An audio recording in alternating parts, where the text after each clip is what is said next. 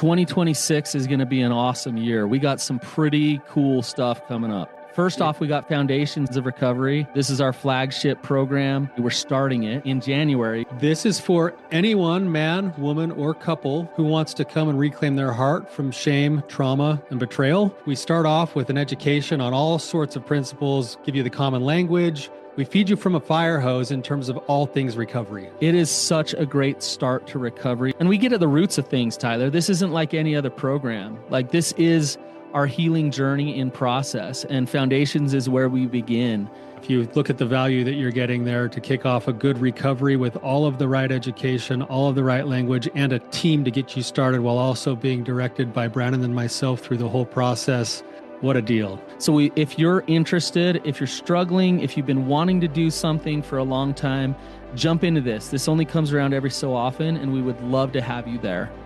Click the link in the description to sign up for it. And to make it even sweeter, we're also including a raffle for a free pass to the Radiant Dawn retreat. Anyone who signs up for Foundations will be added to the raffle for that free Radiant Dawn pass. If you're a man and you sign up for Foundations, your name still gets entered, and you can give that pass away if you win it to any woman that you want to.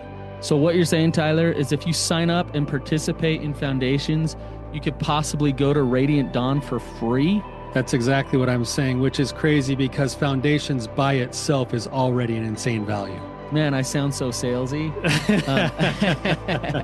But it actually is awesome. So come to Foundations. And even if you don't come to Foundations, sign up for Radiant Dawn. It's beyond therapy, the best healing experiences that you can have. Click the link below and come join us. How does my enmeshed relationship with my mother affect my recovery? Welcome to the Real Talk Recovery Podcast with the Therapy Brothers. We're brothers, we're therapists, and we know recovery. Bring your stories, your questions, your successes with real recovery.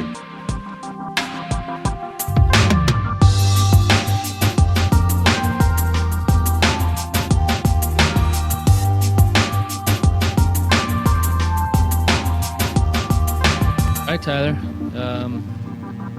Can't wait to talk about it. But before we do, I have an announcement. This is a huge... I'm always afraid of your announcements, Brandon. This is a huge groundbreaking thing. Like, this is amazing.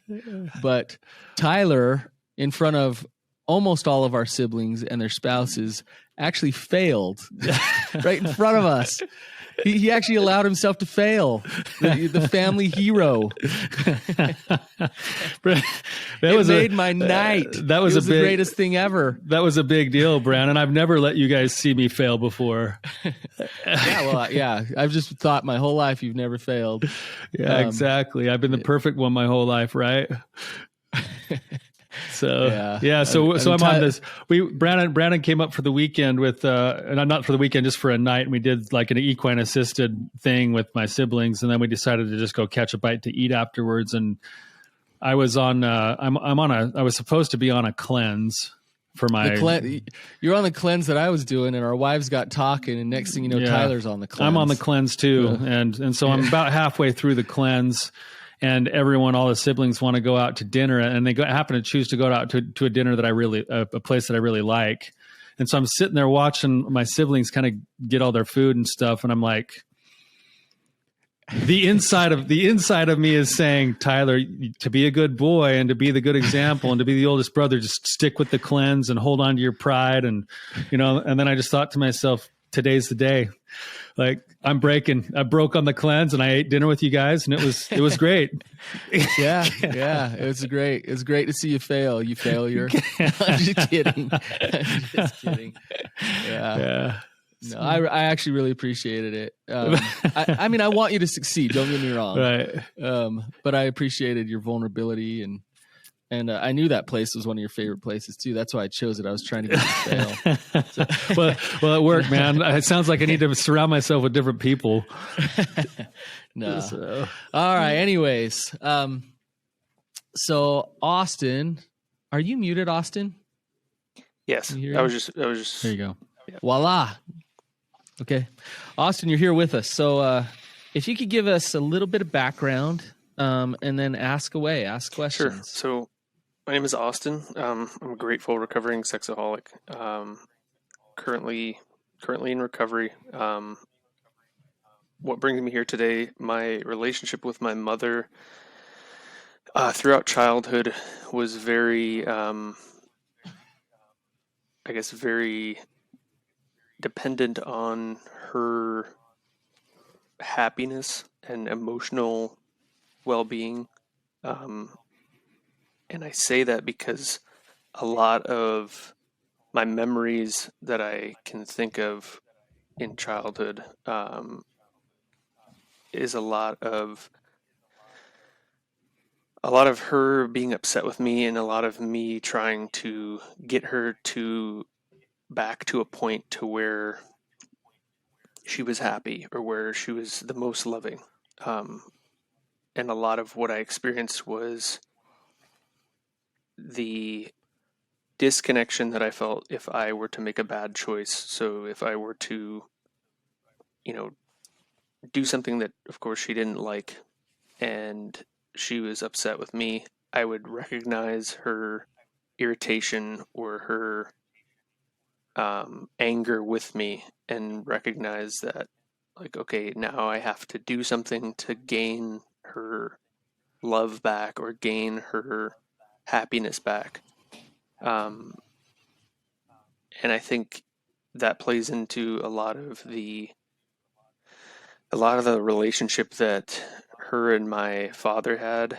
Um, I felt like I was always really thrust into the middle of their issues.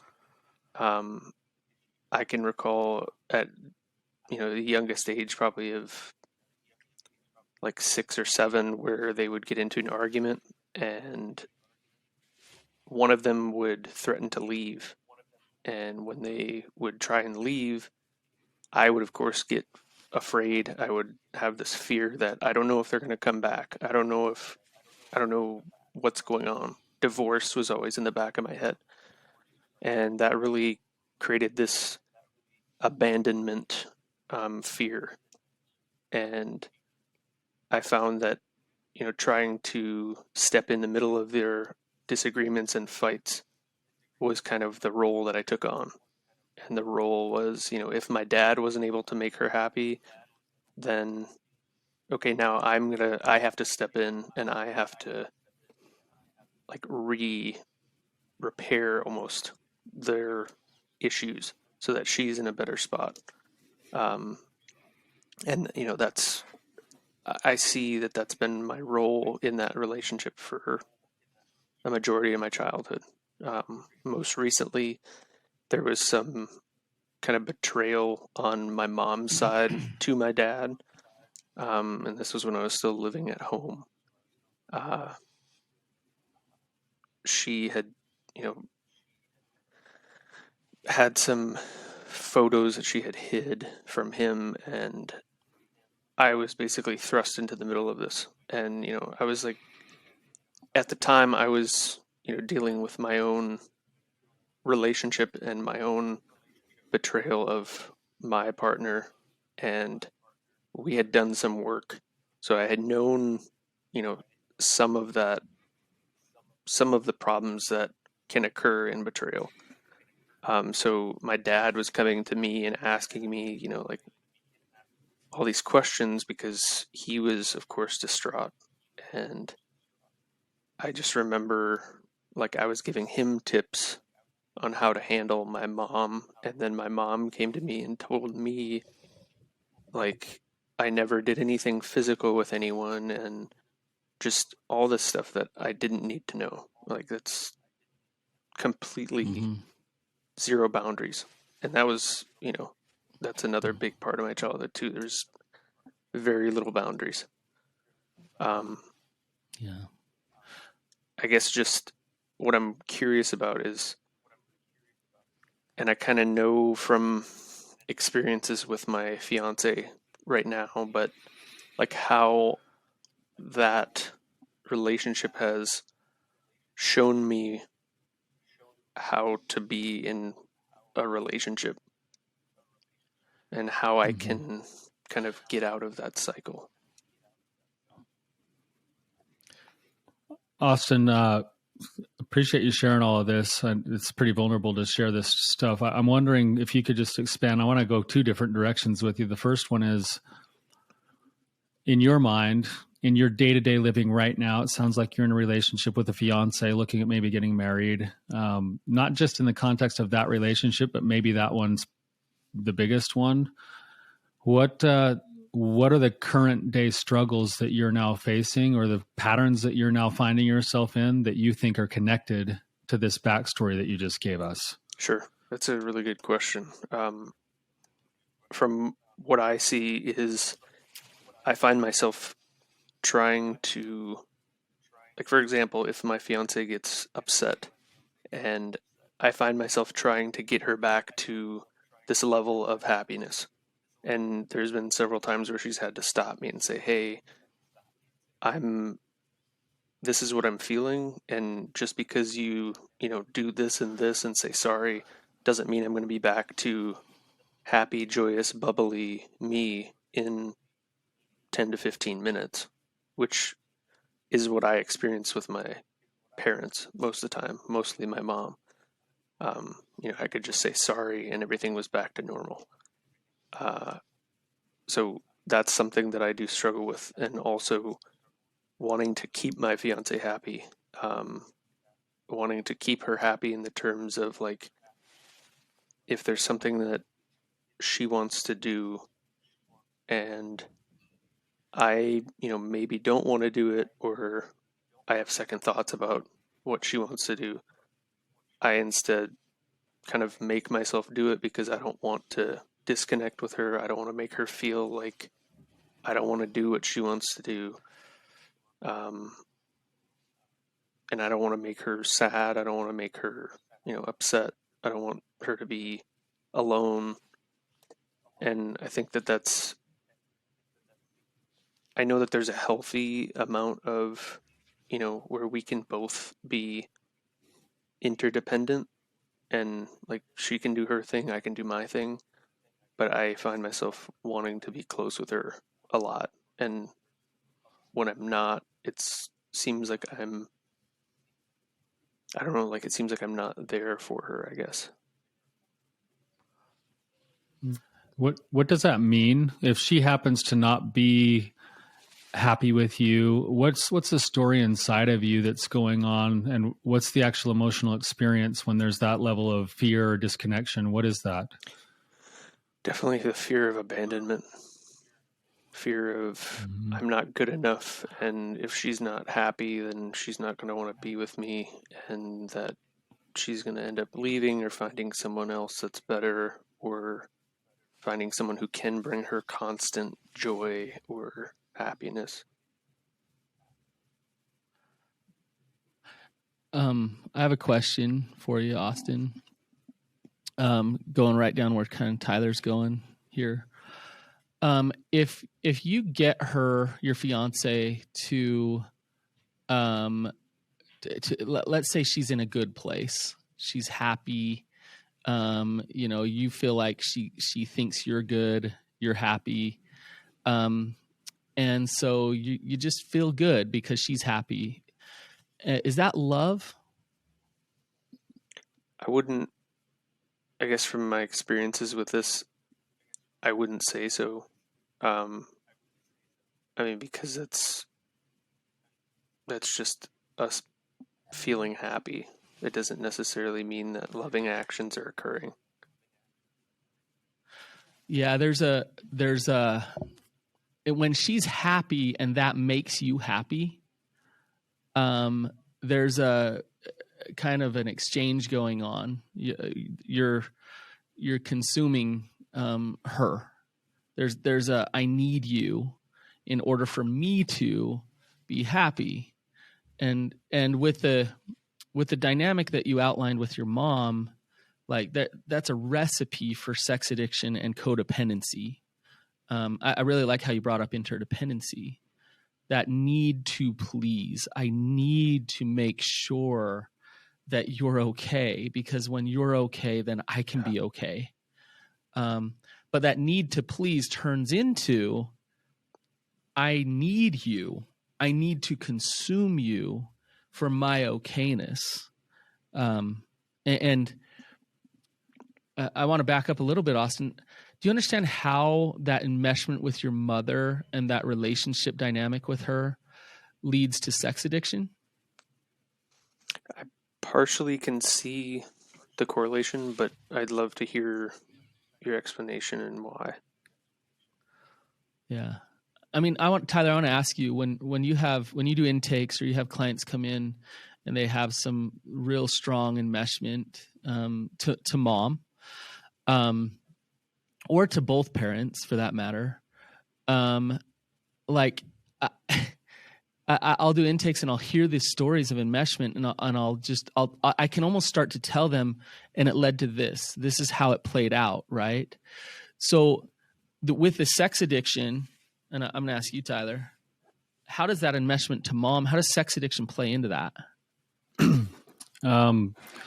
Yeah, so actually this is a really good one, Brandon and Austin. I'd actually love for you to kind of fill in the gaps here on where I miss. But basically what I'm hearing you say is I need to make sure, in order for me to be safe, and think about this is a kid that's developing. The kid doesn't know any other way to understand the world. This is just how he sees the world. Is my primary caregiver is my mom. That represents safety, security. So when mom's happy, I feel safe and secure. So the child, because they don't know other way to manage things, is that when mom's not happy, then the way that I can try to get safe and secure again is to make mom happy. But that starts to form beliefs that then say, I'm responsible to manage other people's feelings just so I can feel safe and secure in the relationship.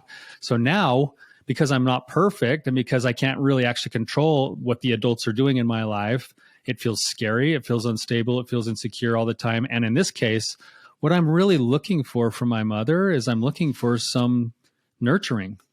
I'm looking for that actual like support that a child's looking for. And when I don't get it, I eventually have to go find it in other places. And some of those places are now paired with beliefs that I can't disappoint anyone, so I better not let them see where I'm going. And think about what sex offers, especially what's promised to a child or a teenage boy when they start stumbling into things like pornography or their own sexual response. It offers satiation. It offers some version of nurturing. And so it makes sense now, but now it's paired with also secrecy because I can't let down the people in my life that I need to manage their feelings on. And Tyler, can I add something to the mix of what you just said? It's all the things that you just said on top of the pornography being very heavily, in a way, it's fake about a woman's pleasure, right? And so all those things, and then it's like, women, in pornography orgasm very easily. They're really pleased. They're pleased for a long time. And so here you are as a young child saying the most important thing is that I keep a woman, my mother, happy. Like that's the most important thing. You go into the fantasy realm of pornography and it's women being very pleased, right? It's being very happy, and it's intoxicating because you found that golden goose. You found that thing that's like, yes, that's what I ultimately want. That's not even sexual either. That's like that's scratching that little boy's emotional itch of like, oh, security, safety. Like, yeah. I found the golden ticket. Yeah, right. And so it's so overwhelmingly addicting because it's in a fake way, Austin. And in a way that you can dial it up almost anytime. Consistently. Yeah. You found that thing that you're not ultimately getting from mom. That like she's consuming you, she's using you, and you will never, ever be able to fully please her and take care of all her pains and all her needs and all those things. But a young child doesn't know that, right? So with porn, in a fake way, you can get to that ultimate destination for a split second, for a moment. And then after that, how do you feel? After you act out and, how do you feel, Austin, post acting out? Post, it's that relief, like Tyler was saying, it's like that emotional itch that needed to be scratched. And it's just like all of the relief comes at once, and it's like you're I'm back at square one, but then after that, it just goes right back into, it just continues on that shame cycle and drives you right back into guilt and shame and acting out again eventually. So yeah, I'm not good enough. I'm not good enough to please, to take care of a woman, and so now I need to go make my fiance happy and show her what a good guy I am, or make my mom happy and show her what a good guy I am, because I deep down feel horrible about myself, which then leads to, I'm going to go get that need met in a fake way again, because deep down I always feel like a failure because I can't quite live up to what I should be. Right. Are you relating to that, Austin? yeah, I can, As me and Tyler kind of going off I here? can absolutely see, the relation between all of that. I did use pornography for, the earliest time I remember is like at the age of 13, and that was 14 years ago. So I've since stopped. I've not used pornography for at least a year to a year and a half. I think that's right. It could be almost 2 years now, but Yeah. I can see that correlation between the not feeling enough for anyone else, and I know that started with mom, and started with I would also consider myself to be a people pleaser, so I can see where that kind of began as well, of like, I feel responsible for everyone else's emotions, and then I have to make sure everyone else is good before I am, and that if everyone else is good, then I can be good, then I can be okay if everybody else is okay. Right. Yeah, I definitely can see that correlation, and especially with my fiance as well. Like, if I'm okay, and if she's okay, then everything's okay. But it's got to be that she's okay first, and make sure that she's feeling okay. If I notice if she has a sad look on her face, or if she's not talking as much, if she's not being as vulnerable, I'm constantly like, hey, are you okay? Hey, are you okay? And it's always like, yeah, I'm okay.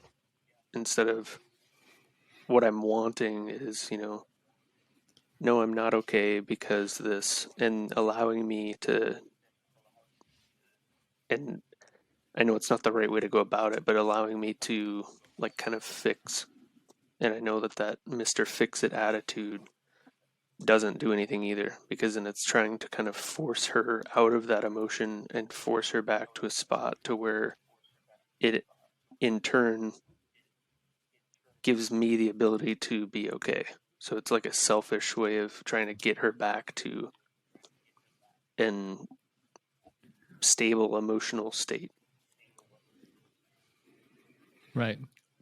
Austin, can I just ask you a question before we move on from this Sure. a little bit? I'm just wondering, like, as you were talking, you said basically you've got a 14-year-ish relationship with pornography.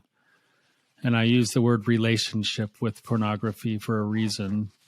In all of those 14 years, how many times has it crossed your mind in that relationship with pornography that the reason that you were doing it is that you were trying to find and be enough, and that you were going to, through some way, through fantasy or other things, that's what you were actually pursuing? I couldn't say any of those times until I was, finally stepped away from it and finally worked on my own recovery and was able to see, what I was actually feeling, because it was so numbing. I think that's the point that I really want to drive across to some of our listeners here, is that most people don't even understand that. I heard a quote one time that says, many men go fishing all their lives, never realizing that it's not fish they're trying to catch. And really what it's alluding to is that most men want to go fishing because they're trying to find God, or they're trying to connect to their fathers or something else. But they never understand that because they're so hyper focused on the fish.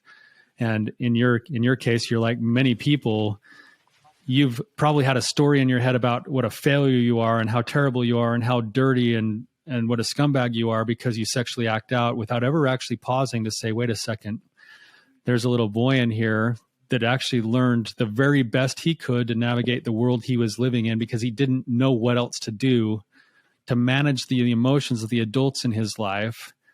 And he happened to find a way out where he could learn to cope without causing a bunch of damage, at least in his mind, to everybody else. All he had to do is stay secret, hide, lie, and then go into fantasy and somehow get that itch scratched.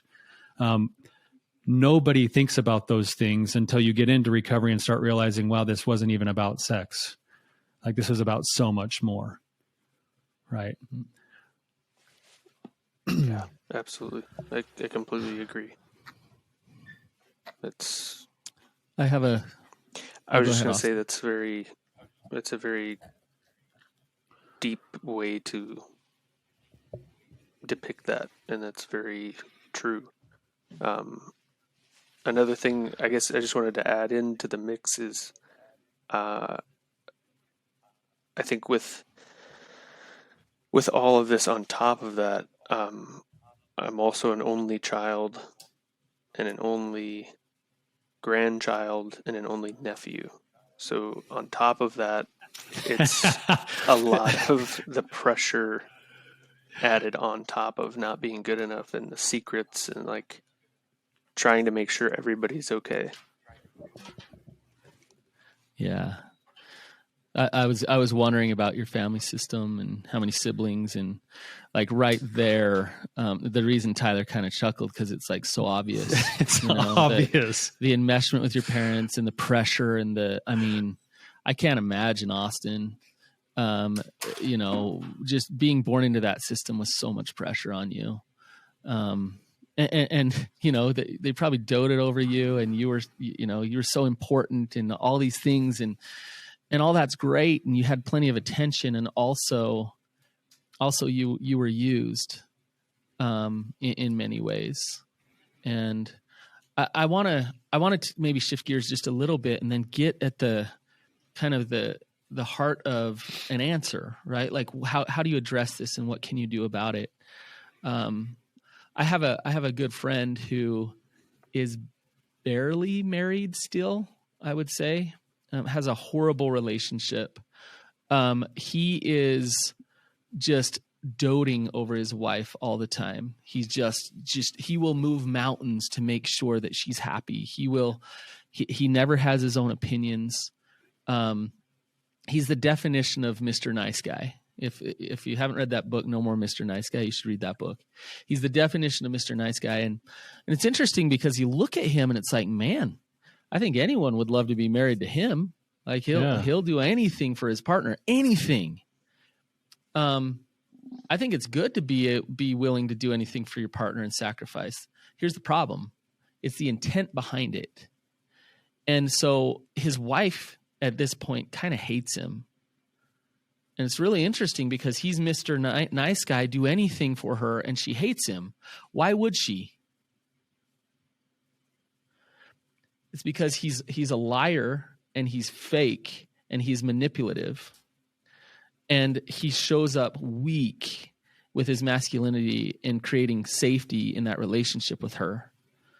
And so, from the outsider looking in, it's like, wow, what a good-hearted, and he is a good-hearted, wonderful man. He is. That his trauma and his shame and his fear run the show in his relationship with his wife. And it's leading to divorce because he is lying to her. He is lying to her over and over again. And our partners in relationships, in building trust, they want authentic connection. Authentic connection has to happen in a relationship where there's difference, there's conflict, there's, hey, I want A and you want B. I'm going to be honest with you that I want A, and I know that makes you comfortable because you really want B, or you really see it this way or that way. I see it that way. And I'm strong enough within myself, and I love myself enough to be able to say, I'm I am absolutely okay with you being uncomfortable. And therefore, I can love you as you're uncomfortable. I can empathize with you. I can see you. I can give you your space if you need it. Take your space. I'm okay. I'll be here waiting when you're ready, right? You're mad at me. You can be mad at me. I want to listen to that. In fact, tell me more about how mad you are. I'm good with that, right? And it's that strength, Austin, that builds real trust, that lays the foundation for real love in a relationship. Okay. So I said that we'd get to the heart of really what needs to be done in order to shift for you, Austin. I think that ultimately is that's what your question is, right? So I think we've talked about the enmeshment. We're talking about the codependency with your relationship. So we're seeing kind of where it came from, and we're seeing the fruits of it now. Okay. So how do you turn the tide on it? How do you actually start to heal it? Tyler, do you want to chime in? I do. I do. I want to I want to answer. reemphasize a couple of things you said just to make them crystal clear for our listeners. I'm having this thought as you were talking, Brannon, that you used the word intention. The intention, I mean, Austin, I'm actually hurting inside thinking of the little boy who has lived basically his entire life motivated by everything he does from a place of fear and shame. And too long and for too much of your life, you've had fear and shame in the driver's seat of everything you decide to do. And that's painful. I mean, I'm getting choked up thinking about the little boy who's had to make decisions from that place his whole life. Like that is. Are you relating, Tyler? Oh my gosh, maybe a little bit. Yeah, actually a lot. That's a hard place to be because no matter what you do, even when you get it right, it won't be enough, and it'll still be wrong. And this goes back to something Brannon was saying. Shame unravels connection because shame is void of love. And when this sounds backwards, because all you've really wanted as a little boy is that feeling of love, and all you've wanted is to be enough so that there is love. And if you're enough, then everybody's happy, then there is love. And somehow that doesn't play out, and that's not how it works. So the real work here is understanding that I'm going to have to figure out how to move shame and fear to the back seat of the car and put something else in the driver's seat. And that's a hard thing to do when you've lived your life thinking that the only way you're good enough is when everybody else is happy. But understanding that and being able to start recognizing, okay, who's in the driver's seat right now? Why am I doing what I'm doing? Because you're the kind of guy who's going to be an awesome husband because you care and because you want to love. But the only way you can actually love is when it's your choice to offer the things you're going to offer instead of feeling compelled to so that you won't be rejected. That's the work that's ahead. So I don't know, Brandon, if you want to go over, Austin, you have thoughts on that before? I definitely can see from both of your points of view as far as the shame that's behind it, the fear that's behind it. I do see in myself, with the intention. I find that I've started doing things that are more meaningful for my fiance, that I'm doing them just because I want to, and I'm not doing them because, I guess because I want her to feel happy. She works she works 3 12-hour shifts as a nurse overnight each week. So she works her butt off, and she's always very tired, very stressed out and overwhelmed. And I found that I've tried to start doing things that are more helpful for her. And I find that in doing those things, I feel loving doing those things. Just if simple things like filling up her cup for her before she comes home to, rest. leaving notes for her, just little things of love that I've found have kind of become routine. And I do see, though, that correlation behind the intention, because at some point there's that little voice inside me that's like, if I don't do this, then what? But I think it's more of like me noticing in myself that I forgot to do something, or that if I don't do something, then there's going to be questions of like, well, why didn't you do this morning? Because you always have done this. And then it's going to be like, oh, I've been foiled, or not foiled, but like found out that I forgot to do something. But I can definitely say a lot of my past actions, when I was acting out, a lot of it was like doing it to try to feel better about myself. And it was coming from a very selfish place, trying to make sure that she was okay, that she was happy. But in turn, it was just like, I want to make sure she was happy and okay, so that I could be happy and okay. Austin, I think it's a tricky thing, because I think at your core, you're probably just a good-hearted guy, like that, and that's who you are, and that's authentic and that's real. So if you serve your fiance, or somebody else for that matter, that could just be you being you, right? Like you showing Austin to the world. That's great, right? The problem is when there's an agenda, and when there's fear involved in why you're doing what you're doing. And that's when we talk about intention. That's actually not the loving, kind Austin. It's not a loving and kind thing. And I promise you, as you get married and over time, if you continue to manipulate in that way to get love from your fiance, she's going to have this feeling of yuck. It's going to be like, ugh, I don't want you to serve me. You know what? Don't get me the water before I get home from work. I don't want it, because, there you are. Like, did you see that I did that? Did you see that I'm okay? So Carl Jung, he in his philosophies on psychology, he talks about how, we're too, like, our suffering is outward in. So we're too focused on the outward. So what that means is we want validation from everybody else. Me and Tyler call it be a poser. We step into our shame screens. We pose. We do all of these things. And what Jung says is the way to healing is actually inward first. And so instead of trying to have certain boundaries with your mom, or show up a certain way with your fiance, or be a certain way, you actually need to really get to know yourself, and to love yourself, and get to know yourself well. And so there's these pleasing parts of you that are there, and they've been ingrained in you for a long, long time.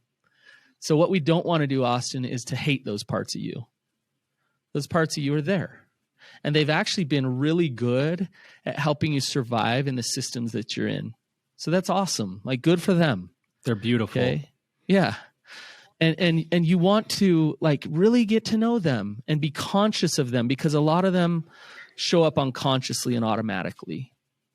So it's like, oh, there's that part, like with my mom, I do that thing, and that's that part that really helps me look good to her.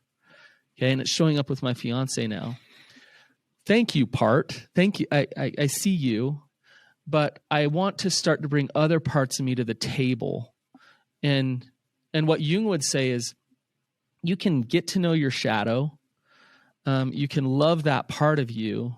And as you do that and become conscious of it, you can step into what you choose, right? So a lot of this, what I'm talking about, comes from, it's a therapy called internal family systems.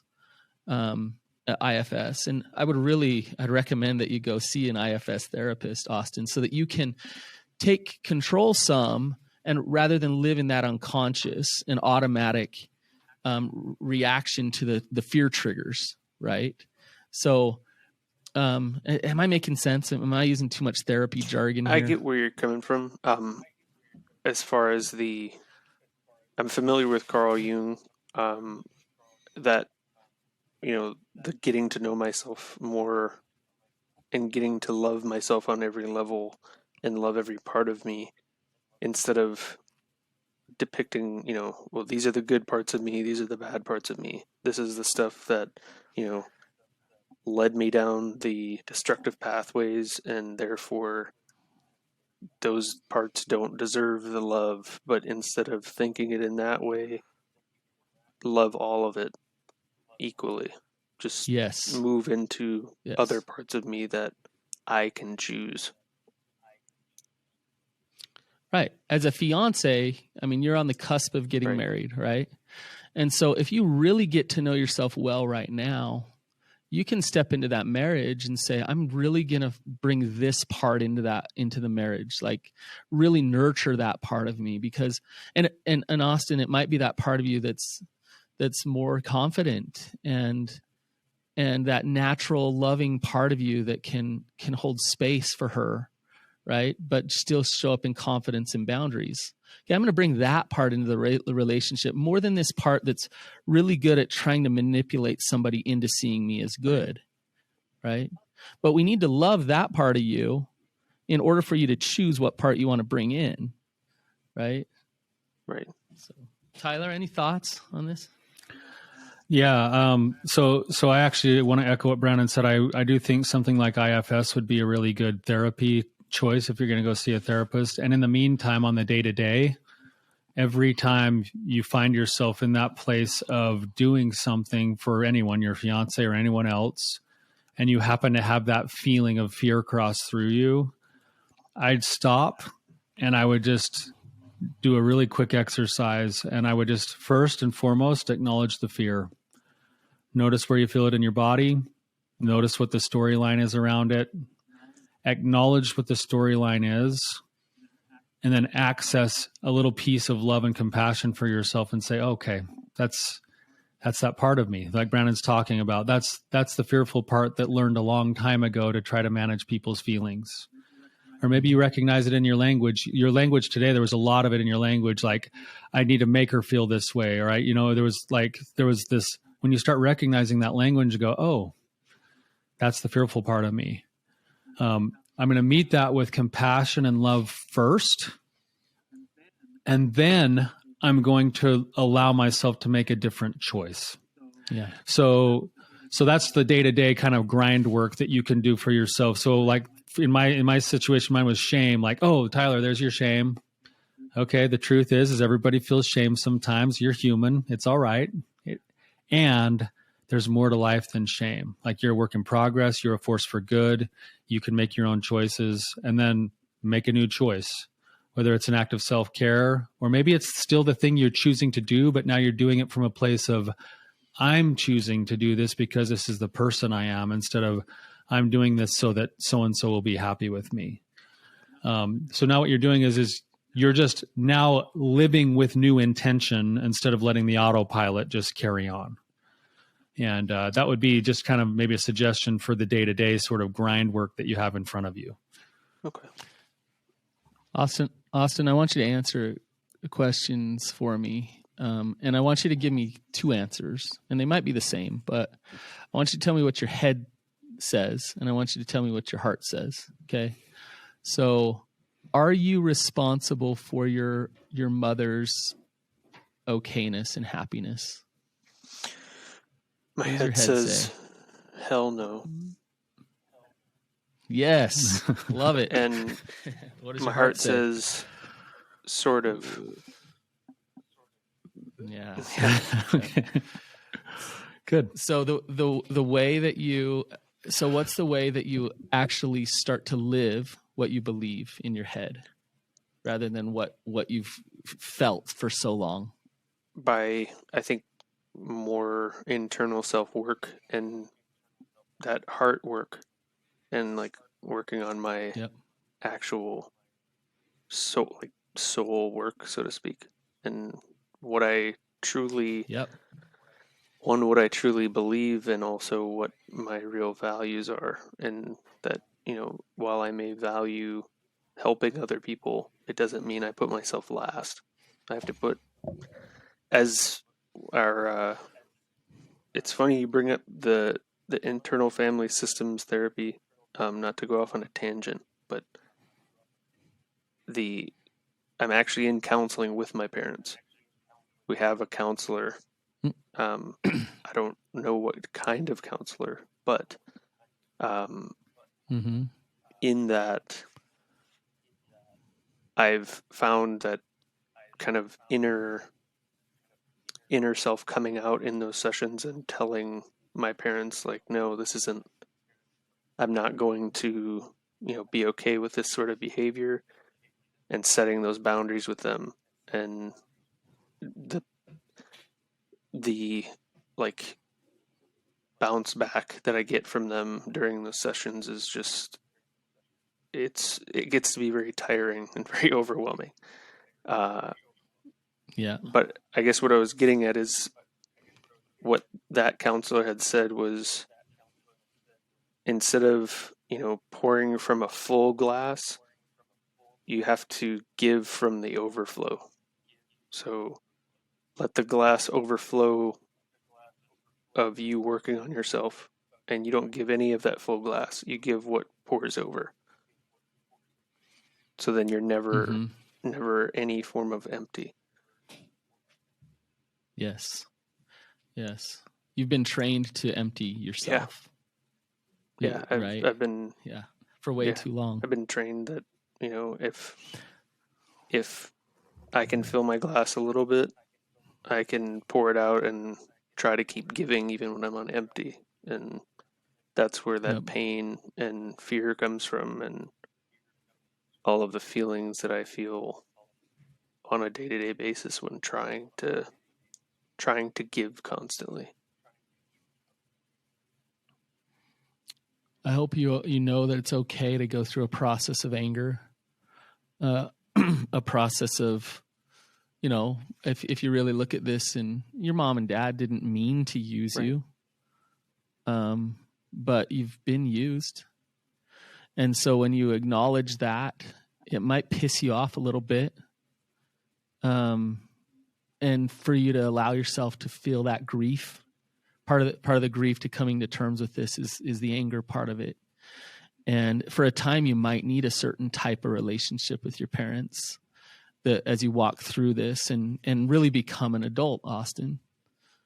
So, I think that you're a courageous guy who's willing to do this work. A lot of people would just be stuck in the consequences of this. And you're saying, like, I'm going to face this. I realize that this isn't healthy. I don't want to repeat these patterns with my fiance and with my own kids. And so I'm willing to step through the hard stuff so that I don't repeat these patterns. So I really appreciate your strength, Austin. I'm feeling it from you today. Tyler, any last things you want to say? No, man, I've never met you before in my life, but I just want to say that I'm proud of you and the work you're doing, man. Like, to be on the verge of creating a new marriage, to be working your own personal recovery of your own fruition, and then to be going into the depths of those places, and actually even being willing to include that your parents in that process. Dude, everything you're doing is screaming courage. And for a guy who's lived in fear his whole life, like, good on you, man. Like, way to go. You're going to find yourself in the right places because of the way that you're choosing to live your life now. And I just want to say that I'm grateful that you were willing to come and put yourself out here today. You're going to help people as a result. Thank you. Yeah. So thank you. Awesome, Austin. I just want to say, maybe we could have you back in a little while and just see how you're doing, and see, this is a process, right? This isn't a one-time conversation and all these things go away, but it's a process of facing your fears and practicing courage and consistency in it. And I'd love to see how things are going in a little while. So maybe we'll check in with you and have you on again. I'd love to come back on. Absolutely. Okay.